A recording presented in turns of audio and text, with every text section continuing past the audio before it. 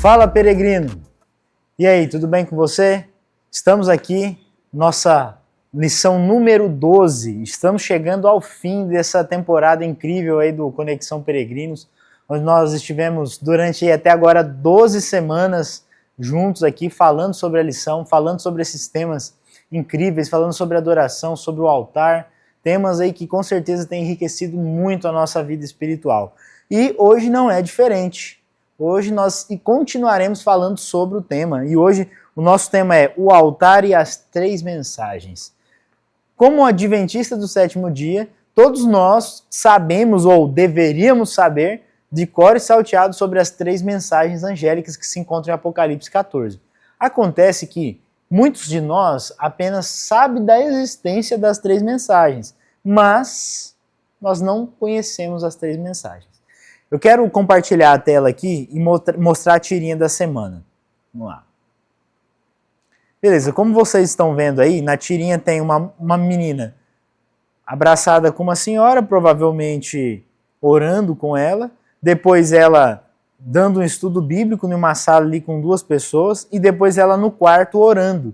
E aí embaixo da sequência tem um pequeno trecho do livro Caminho a Cristo, que diz assim: aquele que não faz outra coisa a não ser orar, em breve deixará de fazer isso. O que isso diz para nós? O que essa mensagem tem a ver com as três mensagens angélicas? É justamente isso que nós vamos trabalhar essa semana, é justamente isso que nós vamos conversar nessa semana com essa galera animada, o Marcos, a Sara, a Yasmin. Então, quero convidar você que aí está do outro lado, prestar muita atenção na lição dessa semana, porque ela é muito importante.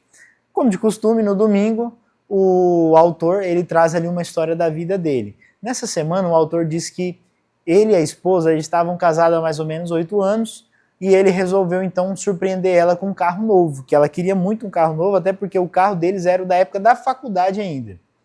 Então ele foi, preparou, comprou um carro novo, e aí tinha que fazer a surpresa. O que ele fez? Ele guardou esse carro novo na garagem de um amigo dele, e organizou tudo para que no sábado à noite ele e a esposa fossem até a casa desse amigo e lá ele fizesse a surpresa do carro. E assim ele fez. Ele disse que inicialmente ele ficou naquela expectativa, mas quando ela viu o carro, toda a expectativa que ele tinha foi alcançada, foi respondida, porque o sorriso no rosto dela foi o que mais impactou a ele, deixou ele mais feliz. E aí, dentro desse contexto de presentes, né, a gente vê que Deus ele está à procura de pessoas que estejam prontas para, na verdade, revelar as mensagens angélicas e não apenas conhecer, e sim revelar essas mensagens ao mundo desesperadamente necessitado de Deus, certo? A lição dessa semana a gente tem estudando, estamos estudando aí sobre as três mensagens angélicas. E o que são as três mensagens angélicas? Ela basicamente é o fundamento do adventismo e o nossa principal função enquanto povo separado do Senhor para os últimos tempos. E o que são essas três mensagens? Eu acredito que você saiba de cor aí, mas vamos à Bíblia? Vamos ver o que a Bíblia nos diz? Diz assim, está lá em Apocalipse, no capítulo 14, a partir do verso 6. Então vi outro anjo que voava pelo céu e tinha na mão o evangelho eterno para proclamar aos que habitam na terra, e toda a nação, tribo, língua e povo. Ele disse em alta voz: temam a Deus e glorifiquem-no, pois chegou a hora do seu juízo. Adorem aquele que fez o céu, a terra, o mar e a fonte das águas. Um segundo anjo o seguiu, dizendo: caiu, caiu a grande Babilônia, que fez todas as nações beberem do vinho da fúria da sua prostituição. Um terceiro anjo seguiu, dizendo em alta voz: se alguém adorar a besta e a sua imagem, e receber a sua marca na testa ou na mão, também beberá o vinho do furor de Deus, que foi derramado sem mistura no cálice de sua ira. Então aqui nós encontramos as três mensagens angélicas. Resumidamente, cada uma delas significa mais ou menos isso. A primeira mensagem ela fala sobre um evangelho eterno, que precisa ser proclamado a todo mundo, dizendo ao povo: temei a Deus e dai-lhe glória, pois é chegada a hora do seu juízo. Adorai aquele que fez o céu, a terra, o mar e a fonte das águas. O que significa isso? Esse evangelho eterno não é uma mensagem nova, não é uma nova revelação, não é algo que esse anjo vem trazer diferente do que já foi dito.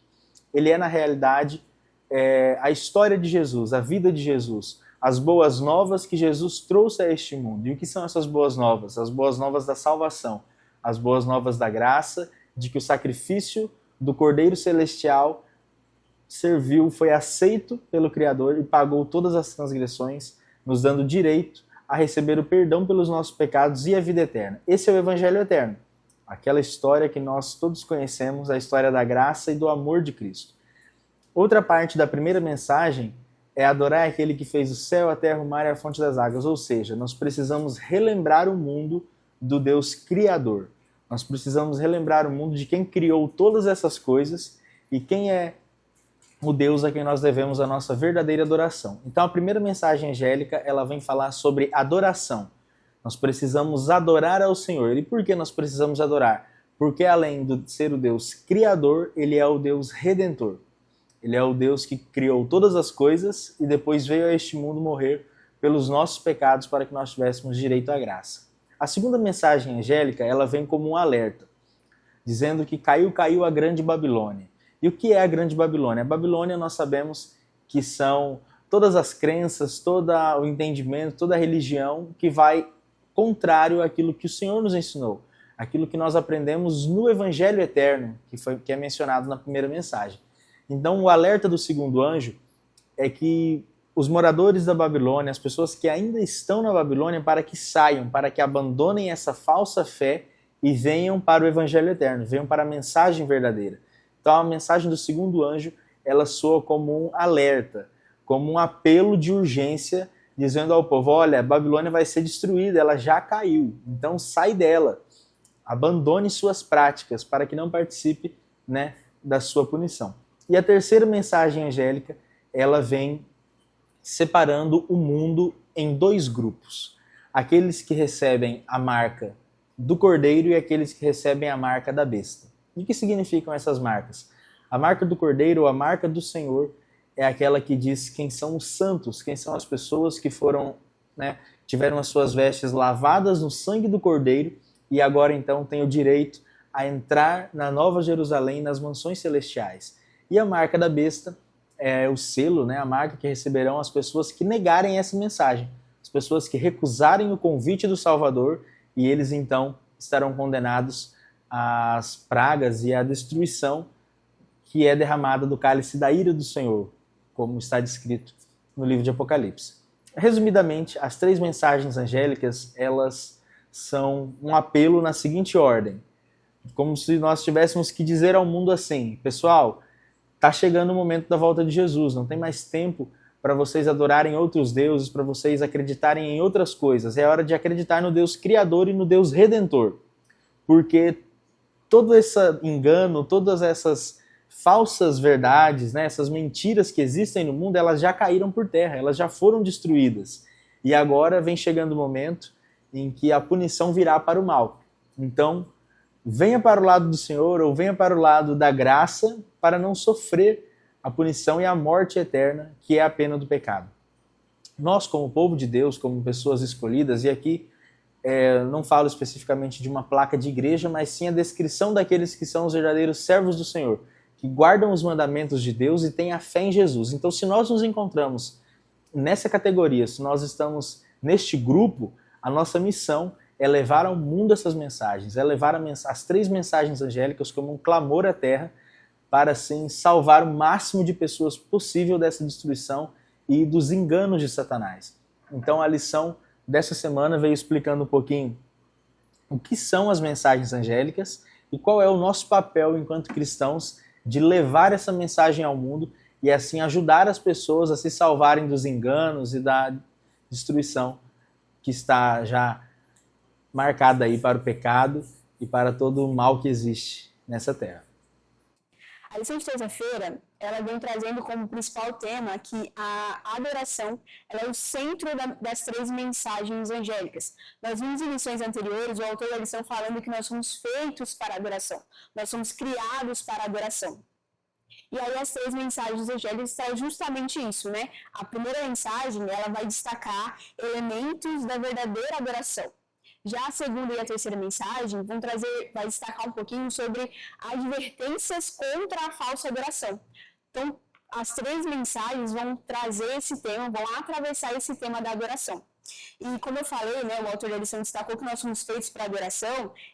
O sinal de adoração vai refletir o nosso amor para com Deus, a nossa confiança para com Deus. Então, quando nós adoramos a Deus, nós estamos declarando que nós amamos o Senhor e o temos como nosso Salvador e Redentor. Um sinal disso é que devemos guardar os mandamentos dele. Inclusive, na terceira mensagem, vai estar falando sobre isso, guardar os mandamentos de Deus e ter a fé em Jesus. Então, isso é um sinal de adoração. Guardar os mandamentos dele é um sinal de adoração e inclui a santificação do sábado. Então, guardar o sábado como Deus pede através das suas escrituras é um sinal de adoração, onde nós vamos estar honrando o Senhor e declarando ele como nosso Senhor e Redentor. E durante todo esse processo da Igreja Adventista, né, a partir de 1844, do ano do desapontamento, nós vemos que o movimento adventista foi crescendo, né? E essas mensagens angélicas, ela foi instituída por Deus para que o povo adventista proclamasse ela, para que o povo adventista pregasse essa palavra. Então ele escolheu o povo adventista não apenas para pregar, mas um povo que vivesse a mensagem e pregasse essa mensagem. Então a gente percebe, dentro desse processo de adoração, a responsabilidade que nós temos como povo adventista.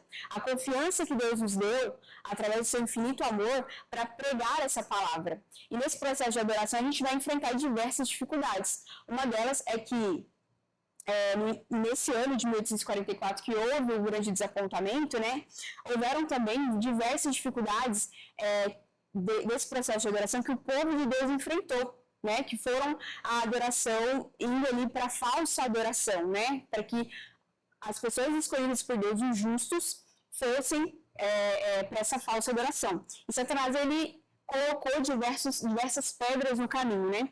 Em 1844, Charles Darwin, ele terminou o primeiro rascunho da obra A Origem das Espécies, né? Que é popularizado como a teoria evolucionista, ou seja, indo contra a teoria do criacionismo, tirando Deus ali como criador e redentor de toda a Terra. E no mesmo ano, Karl Marx escreveu os seus manuscritos econômicos filosóficos, também conhecidos como os manuscritos de 1844, e aí que forma a base dos regimes comunistas do século XX. Então a gente percebe a dificuldade que o povo de Deus vai enfrentar no fim dos tempos e enfrenta desde o início da Terra nesse processo de adoração. Mas é importante também a gente ver essa confiança que Deus tem no povo de Deus de nos dar a responsabilidade, a missão de proclamar essa mensagem que é para salvar a vida dos justos, a vida daqueles que querem ter salvação, e é o que Deus deseja para todos nós. Bom, nós estamos vendo o contexto, né, das mensagens angélicas e do adventismo. Então a gente pode ver que quando houve ali a grande decepção e também depois o povo adventista se preparou novamente e se reergueu trazendo essa mensagem de 1844, como a Sara bem falou, também surgiu ali dois movimentos. Primeiro, o movimento de Charles Darwin, né, com o escrito dele lá sobre a origem das espécies, que aquilo ali foi o que serviu para embasar a crença da evolução e não da criação, e também os primeiros escritos ali de Karl Marx, que deu origem ao que nós conhecemos de conceito comunista, né, que foi o que causou grandes guerras, grande destruição, grandes fomes na população da Europa, especialmente no século XX. Então, diante de todo esse cenário terrível, né, onde nós temos ali o afastamento da criação de Deus e também o fim do amor às pessoas, né, onde se impõem ali regimes totalitários, Deus levantou um povo para trazer a mensagem de esperança, salvação e redenção. E é nesse contexto, então, que surge ali o movimento adventista do sétimo dia. Mas não só isso, nós também vimos ali alguns textos que falam acerca da guarda do sábado. E aí, especificamente, o texto de Êxodo fala muito sobre o dia de sábado. Por que que fala sobre o sábado? Quando a gente fala sábado, parece que o sábado ele é um dia como qualquer outro, mas, na verdade, o sábado é um dia muito especial. Por quê? Porque o sábado é o sinal dos verdadeiros adoradores, certo? Então, quando Deus ele nos chama para levar essa mensagem, não é apenas para sabermos e conhecermos as mensagens, mas para levar a mensagem a outras pessoas, para que essas pessoas possam, então, fazer aquilo que Deus deseja. Então, o nosso trabalho, o nosso objetivo, quanto adventistas, não é ser o povo conhecedor. O nosso objetivo é ser o povo ensinador, o povo que ensina as verdades de Deus para as outras pessoas. E isso nós podemos encontrar nos textos que nós vamos ler aqui, pelo menos um ou dois. Eu quero chamar vocês para lerem aqui. Mateus 10, 22, que diz assim: E odiados de todos sereis por causa do meu nome, mas aquele que perseverar até o fim será salvo. Então também, Romanos 8, 37, mas em todas estas coisas somos mais que vencedores por aquele que nos amou. E aí, Apocalipse 14, que é o texto base da semana, e aí o verso 12 especialmente diz assim: aqui está a perseverança dos santos, os que guardam os mandamentos de Deus e têm a fé em Jesus. E aí no Apocalipse também, capítulo 18, verso 1, diz assim: e depois destas coisas vi descer do céu outro anjo que tinha grande poder, e a terra foi iluminada com a sua glória. Então nós vamos sofrer para levarmos essa mensagem. Não vai ser fácil levar essa mensagem, mas nós vamos conseguir. E quando nós levarmos essa mensagem, aí então nós estaremos cumprindo com o nosso objetivo quanto movimento profético. E ao cumprir esse nosso objetivo, nós receberemos de Deus o galardão prometido. Agora, não basta conhecer, não basta só viver em oração. Você tem que partir para a ação. Você tem que partir para a prática, certo? Bom, todo mundo aí já falou um pouco sobre as 3 mensagens angélicas e agora na parte de quinta-feira a gente tem um texto de Ellen White que eu vou dar uma resumida aqui, que diz: em sentido especial, os adventistas do 7º dia foram postos no mundo como vigias e portadores da luz. A eles foi confiada a última mensagem de advertência ao mundo a perecer. Sobre eles incendiu a maravilhosa luz da palavra de Deus. Foram incumbidos de uma palavra da mais solene importância, a proclamação da primeira, segunda e terceira mensagens angélicas. E isso é muito importante para a gente, né? Nós devemos pregar o evangelho, pregar as 3 mensagens angélicas. E aqui na lição ela fala que em vez de a gente preocupar disso parecer impossível, a gente tem que focar na capacidade de Jesus impactar as pessoas através de nós. Jesus, com apenas 12 discípulos, ele impactou o mundo inteiro. Então nós, com a ajuda dele, também podemos fazer isso. E o Ellen White diz, né, no livro de O Desejar de Todas as Nações, tem uma parte aqui também, um trecho, que diz como que Jesus foi tão bem sucedido nessa missão. E assim diz: lhes deu a vantagem da convivência com ele. Nunca os grandes homens do mundo tiveram um mestre assim. Então Jesus ele expôs aos discípulos a si mesmo, a sua vida no altar, a sua adoração. Então nós devemos fazer isso, nós devemos voltar nosso coração para o altar e reconstruir nossos altares de adoração, para que assim a gente possa ser capacitado por Deus a pregar as 3 mensagens angélicas e a pregar o evangelho ao mundo inteiro. Bom, diante de tudo que nós podemos estudar aqui, discutir e conversar, a única conclusão que resta é: a fé depende de ação, a fé precisa de obras, né? Quando nós temos fé em Deus, nós praticamos as obras da fé. Então não basta conhecer a palavra de Deus, não basta orar 3, 4 horas por dia, 3 vezes por dia, se for só isso. Não basta, não é necessário, não é suficiente. É necessário, mas não é suficiente. Nós precisamos unir tudo isso à ação, à prática, botar em prática aquilo que a gente tem aprendido, aquilo que nós temos recebido de Deus. Porque se nós não fizermos, nós seremos cobrados depois pela nossa omissão. Nós seremos cobrados por Deus por sermos omissos, cristãos omissos que não fizeram aquilo que Deus pediu para nós fazermos. Então eu creio que nem eu nem vocês querem essa responsabilidade nas costas, né, digamos assim. Então a única forma de nós não sofrermos essas consequências é partirmos para a ação, buscarmos o conhecimento, nos consagrarmos diante de Deus e partirmos para a ação. Que todos nós aqui possamos então entendermos isso e partirmos para a ação, porque somente assim nós vamos juntos rumo à eternidade. Bem, essa semana nós estudamos sobre as mensagens. E o apelo para cada um de nós, e que a parte de sexta, né, os textos de Ellen White nos lembraram muito bem disso, é que nós precisamos cumprir o nosso papel. Está em nossas mãos, talvez, a vida de milhares de pessoas que precisam do nosso contato, precisam ouvir a nossa voz, precisam que nós levemos a elas a verdade para que elas não sejam destruídas junto com o pecado, junto com os enganos de Satanás. Então, que nós possamos, de fato, levar a sério as 3 mensagens angélicas e o nosso papel enquanto mensageiros do Senhor. E assim, então, ajudar para que o máximo de pessoas possível sejam salvas. Nós possamos desfrutar de uma vida eterna com elas e com o nosso Senhor Jesus Cristo. Já encerrando aqui a lição, quase encerrando a lição 12, gostaria de fazer apenas um pequeno comentário na sexta-feira, que é uma coisa que parece pequena, mas é grandiosa. Cristo declara aos seus seguidores: vós sois a luz do mundo, Mateus 5,14. E essa é uma paráfrase de Ellen White, no livro Testemunhos para a Igreja. E nós devemos ser assim, nós devemos ser a luz para o mundo, o sal da terra, e que a gente possa, voltar nosso coração para o altar, nosso coração para a adoração, e ser a luz do mundo, que a gente possa fazer a diferença e pregar o Evangelho a todos. E para encerrar, eu quero fazer uma oração nesse momento e encerramos assim o nosso episódio de hoje do Conexão Peregrinos.